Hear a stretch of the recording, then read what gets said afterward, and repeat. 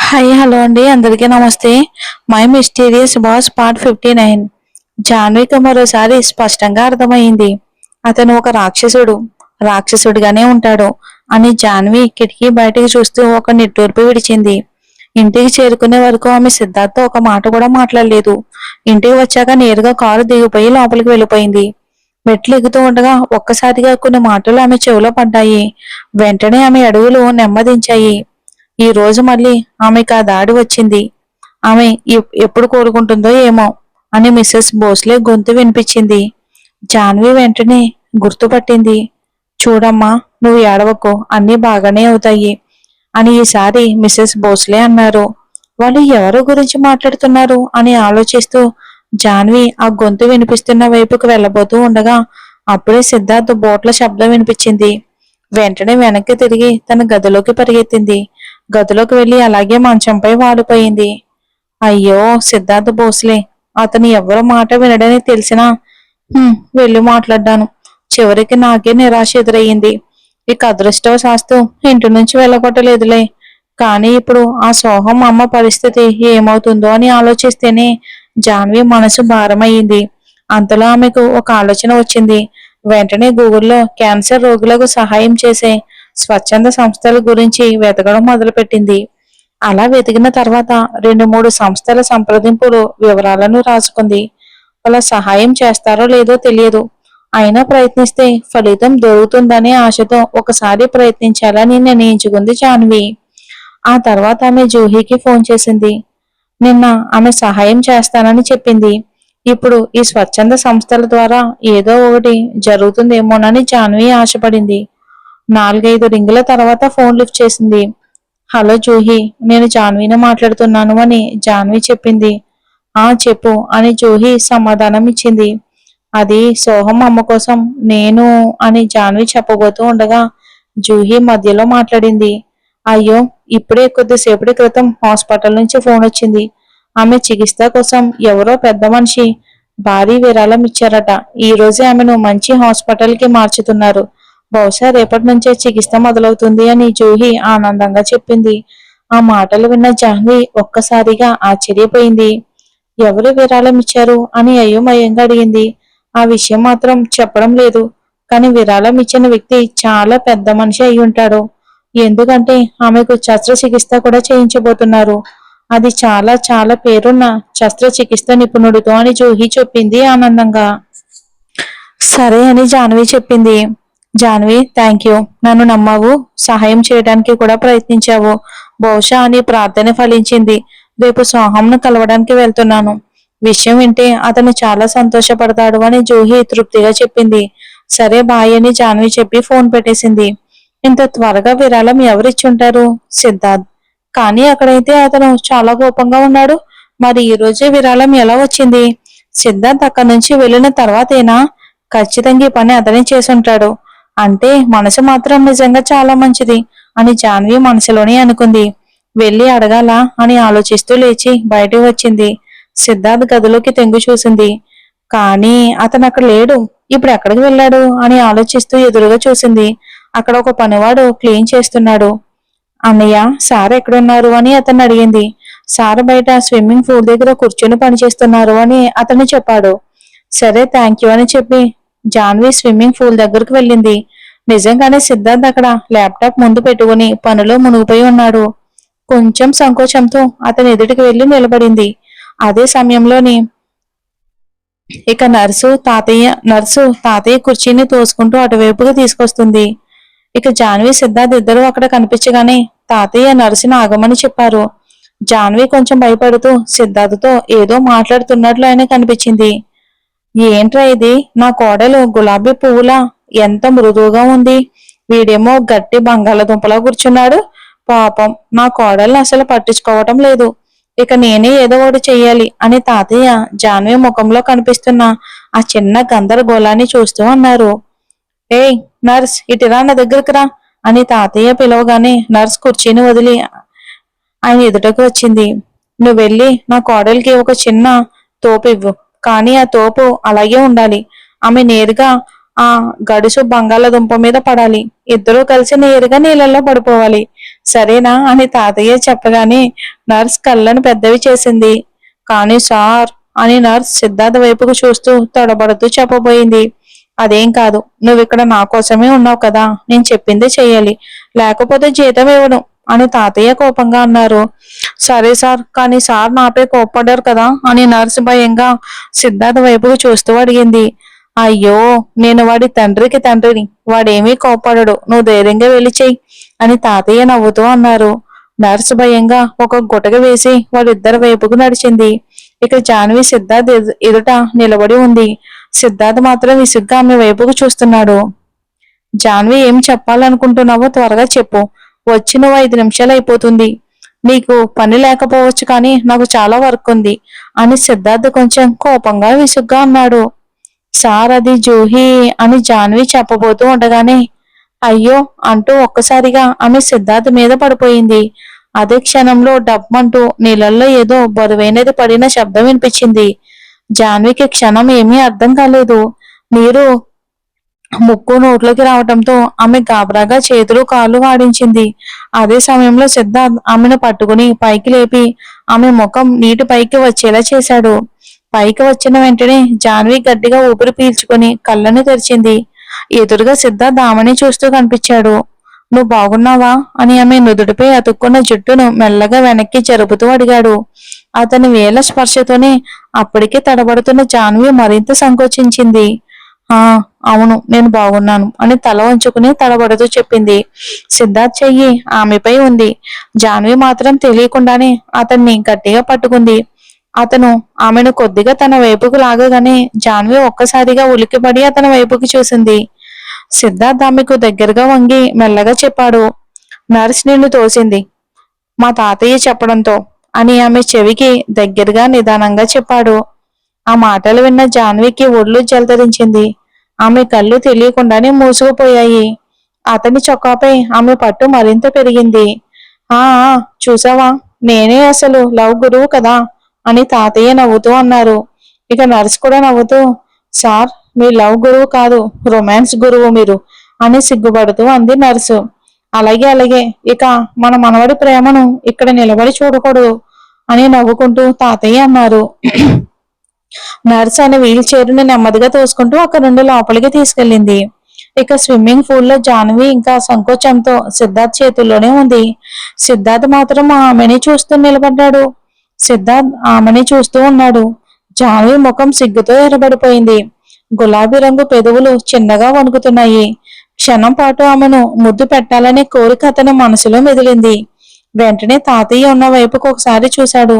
అప్పటికే ఆయన అక్కడి నుండి వెళ్ళిపోయారా అని జాన్వి కళ్ళను మూసుకున్నట్టుగానే అడిగింది. లేదు ఇంకా అని సిద్ధార్థ్ చెప్పాడు. అదే క్షణంలో ఆమె గులాబీ చెంపపై మెల్లగా ఒక ముద్దు పెట్టాడు. ఆ స్పర్శకు జాన్వికి ఒళ్ళు జలధరించింది. గుండె వేగంగా కొట్టుకుంది. ఆమె ముఖంలో సిగ్గు మరింత పెరిగింది. ఆమెను అలా చూసి సిద్ధార్థ్ పెదవులపై చిన్న చిరునవ్వు మెరిసింది. ఇప్పుడే వెళ్ళిపోయారు అని అతను ఆమె చెవికి దగ్గరగా మెల్లగా చెప్పాడు. వెంటనే జాన్వి సిగ్గుతో అతనికి కొంచెం దూరంగా జరిగింది. 1 నిమిషం అని సిద్ధార్థ్ చెప్పి ఆమెను జాగ్రత్తగా ఎత్తి స్విమ్మింగ్ పూల్ అంచున నిలబెట్టాడు. నీటిగా తడిచిన చీర ఆమెకు అతుక్కుపోయింది. జాన్వికి ఏదోలా అనిపించి ఇంట్లోకి వెళ్ళిపోయింది. గదిలోకి వెళ్ళగానే గుండెలపై చేయి వేసుకుని వేగంగా ఊపిరి పీల్చుకోవటం మొదలుపెట్టింది. అయ్యో జాను, మళ్ళీ అతన్ని చూడగానే గుండెలో ఎందుకు కొట్టుకుంటుంది? అతని దగ్గర ఉంటే నన్ను నేనే మర్చిపోతున్నాను. ఇది నిజంగా ఏదో కొత్త ఫీలింగ్, బహుశా ప్రేమ అనే ఆలోచన రాగానే మళ్ళీ ఆమె ఒళ్ళు జలధరించింది. కానీ ఈసారి ఆ భావనతో పాటు భయం కూడా ఎక్కువగానే ఉంది జానుకి. నిజంగానే నేను అతన్ని ప్రేమిస్తున్నానా? కాదు కాదు, అలా జరగకూడదు. అతన్ని ప్రేమిస్తే నా జీవితమే చిక్కుల్లో పడిపోతుంది. ఎందుకంటే అతనికి అసలు పెళ్లి చేసుకోవాలన్న ఉద్దేశమే లేదుగా. మరి నేను జీవితాంతం ఇలానే ఉండిపోవాలా ఏంటి? అయితే నేను ఎక్కడ పెళ్లి చేసుకోవాలని అనుకుంటున్నానులే. హబీ కోసం నేను పెళ్లికి నిరాకరిస్తూనే ఉన్నాను. మరి ప్రేమిస్తే తప్పేంటి అని ఆలోచిస్తూ వాష్రూమ్లోకి వెళ్లి డ్రెస్ మార్చుకుని బయటకు వచ్చింది. అయినా ఆమె మనసులో ఆలోచనలు మాత్రం ఆగలేదు. ప్రేమ ఎంత అందమైన పదం, ఆ భావన కూడా ఎంత మధురంగా ఉంటుంది. కానీ లేదు, నేను సిద్ధార్థని ప్రేమించలేదు. ఇదంతా నా మనసు సృష్టిస్తున్న భ్రమ మాత్రమే. అతనికి నేను నచ్చినట్టే నాకు కూడా అతను నచ్చుతున్నాడు, అంతే. అది ప్రేమ కాదు.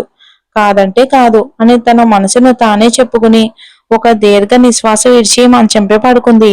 మొదటిసారి సిద్ధార్థను కలిసిన రోజు నుంచి ఇప్పటి వరకు అతనితో గడిపిన ప్రతి క్షణం ఆమె కళ్ళ ముందు మెదిలింది. ప్రతి కలయికలోనూ ఒక తెలియని ఆకర్షణ ఉంది. అతని పట్ల ఏదో ప్రత్యేకమైన అనుభూతి ఉంది. కానీ దానిని ప్రేమ అని ఒప్పుకోవటానికి మాత్రం ఆమె మనసు కూడా సిద్ధంగా లేదు. ఈ రోజు జాన్వి తన పని అంతా ముగించుకుని కొంచెం ముందుగానే ఆఫీస్ నుంచి బయటకు వచ్చింది. ఆమె మంచంపై పడుకుంది. తనకు ప్రేమ అనే అనుమానం వచ్చినప్పటి నుంచి జాన్వి సిద్ధార్థకు వీలైనంత దూరంగా ఉండడానికి ప్రయత్నిస్తుంది. సాధ్యమైనంత వరకు అతన్ని తప్పించుకుంటుంది. తాతయ్య త్వరగా శస్త్రచికిత్స కోసం వెళ్ళిపోవాలని ఆమె మనస్ఫూర్తిగా ప్రార్థిస్తుంది.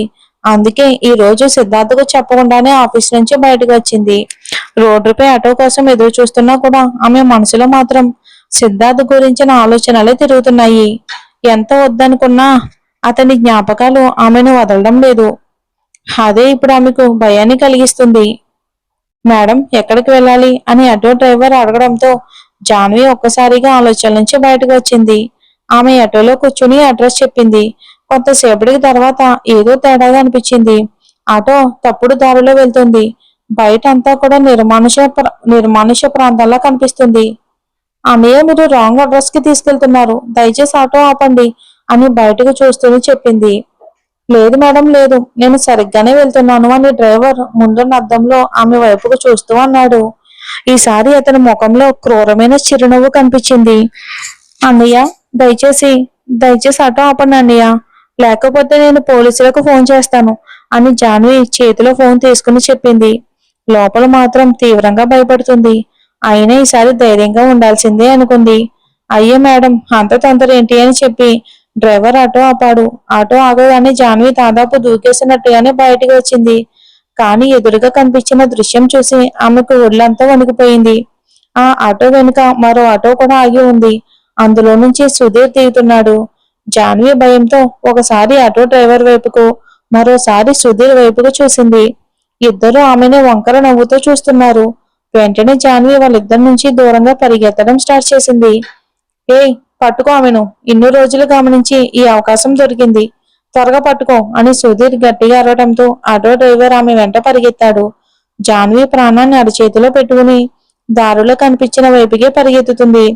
ఆటో డ్రైవర్ కూడా ఆమె వెనకే వేగంగా వస్తున్నాడు. పరిగెత్తుతున్న జాన్వి తన ఫోన్లో ఒక నెంబర్కు కాల్ చేసింది. ఎవరికి కాల్ చేసిందో ఆ క్షణంలో ఆమెకి తెలియదు. కానీ ఫోన్ మాత్రం మోగుతుంది. ఆమె మాట్లాడబోతూ ఉండగా ఆటో డ్రైవర్ ఆమెను అందుకుని జుట్టు పట్టుకుని బలంగా వెనక్కి లాగటం ప్రారంభించాడు. ఆమె చేతిలో ఉన్న ఫోన్ నేలపై పడిపోయింది.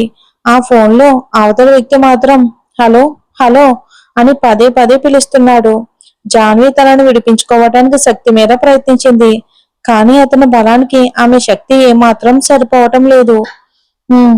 ప్లీజ్ అన్నయ్య, ప్లీజ్ నన్ను వెళ్ళనివ్వండి, ప్లీజ్ నన్ను కాపాడండి అని జాన్వి ఏడుస్తూ అతని చేతిని పట్టుకుని వేడుకుంది. కానీ ఆటో డ్రైవర్ మాత్రం ఏమాత్రం కనికరం చూపలేదు. పైగా ఆమె ఏడుపు అతనిలో మరింత క్రూరమైన ఆనందాన్ని కలిగించింది. ఇదిగో మీ పీటీ ఉష ఎంత పరిగెత్తించిందో తెలుసా అని ఊపిరి పీలిస్తూ జాన్విని సుధీర్ ముందుకు తోసేశాడు. సుధీర్ వెంటనే ముందుకు వచ్చి జాన్వి మెడను పట్టుకుని ఆమె ముఖాన్ని పైకెత్తాడు. ఏమైంది? నేను నిన్ను చేరుకోలేనని అనుకున్నావా? చూడు, చివరికి నిన్ను ఎలా పట్టుకున్నానో అని పళ్ళు బిగిస్తూ అన్నాడు. జాన్వి కోపంతో అతని చేతిని గట్టిగా బిగించింది. వెంటనే సుధీర్ ఆమె మెడను వదిలేసి తన చేతిని నోటికి దగ్గరగా తీసుకున్నాడు. అయ్యో, నువ్విచ్చిన గాయం కూడా నీలాగే గట్టిగానే ఉంది అని వక్రంగా అన్నాడు. అతని మాటలు విన్న జాన్వికి అసహ్యం వేసింది. వెంటనే లేచి మళ్ళీ పరిగెత్తబోతూ ఉండగా సుధీర్ వెనక నుంచి ఆమె చేతిని పట్టుకుని తన వైపుకు బలంగా లాగాడు. జాన్వి అతన్ని తోసేసి దూరంగా జరగాలని ప్రయత్నించింది. కానీ అతను ఆమెను బలవంతంగా లాగి ఆటోలోకి నెట్టేశాడు. అదే క్షణంలో జాన్వి తన కాలితో అతని పొట్టపై బలంగా తన్నింది. అయ్యో ఈ అమ్మాయి అని కోపంతో అరుస్తూ సుధీర్ ఆమె చెంపపై బలంగా కొట్టాడు. ఆ దెబ్బకు జాన్వి తల ఆటోలో ఇనుప రాడుకు బలంగా తాకింది. ఆమెకు తల తిరిగినట్లు అనిపించింది. నుదుటి నుంచి రక్తం కారడం ప్రారంభమైంది. ఏ సుధా, త్వరగా తాడు తీసుకురా, దీని రెక్కలు చాలా ఎక్కువగా కొడుతున్నాయి, కట్టేయాలి త్వరగా అని సుధీర్ కోపంగా అన్నాడు. వెంటనే ఆటో డ్రైవర్ తాడు తీసుకొచ్చాడు. ఇద్దరూ కలిసి జాన్వి చేతులను గట్టిగా కట్టారు. అన్నయ్య ప్లీజ్ నన్ను వదిలేయండి అని జాన్వి కన్నీళ్లను పెట్టుకుంటూ ఆటో డ్రైవర్ను వేడుకుంది. సుధీర్పై తనకు అసలు నమ్మకం లేదు, కానీ ఆటో డ్రైవర్ అయినా జాలి చూపుతాడేమో అని ఆశపడింది. కానీ అతను ఆమె వేడుకోలను పట్టించుకోకుండా వెళ్లి డ్రైవింగ్ సీట్ లో కూర్చున్నాడు. జాన్వి ఇంకా గట్టిగా అరుస్తూనే ఉంది, కానీ ఆమె అరుపులు వినడానికి అక్కడ ఒక మనిషి కూడా లేడు. ఆటో స్టార్ట్ చేయి, ఇప్పుడు దీన్ని నేరుగా మన అడ్డాకి తీసుకెళ్దాం అని సుధీర్ ఆమె నోట్లో గుడ్డను కుక్కుతూ అన్నాడు. వెంటనే ఆటో స్టార్ట్ అయింది.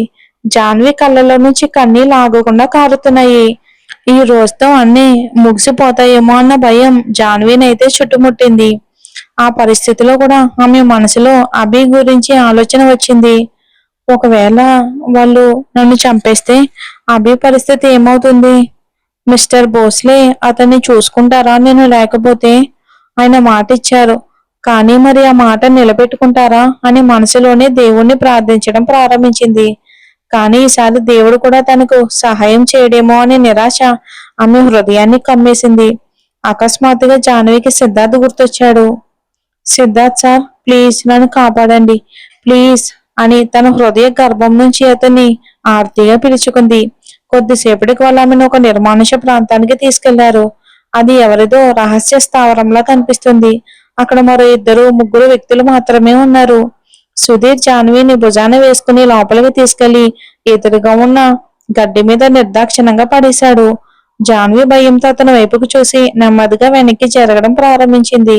కానీ సుధీర్ మాత్రం రాక్షసుల్లా ఆమెను చూస్తున్నాడు. అతని కళ్ళలోని క్రూరత్వం చూసి జాన్వికి గుండె ఆగిపోయినట్టుగా అనిపించింది.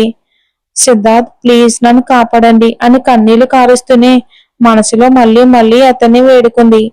వినాశకాల విపరీత బుద్ధి. ఇక సుధీర్ పని ఈ రోజుతో అయిపోయినట్టే. మరి మన హీరో ఎంట్రీ ఉంటుంది కదా నెక్స్ట్ ఎపిసోడ్ లో. Thanks for watching.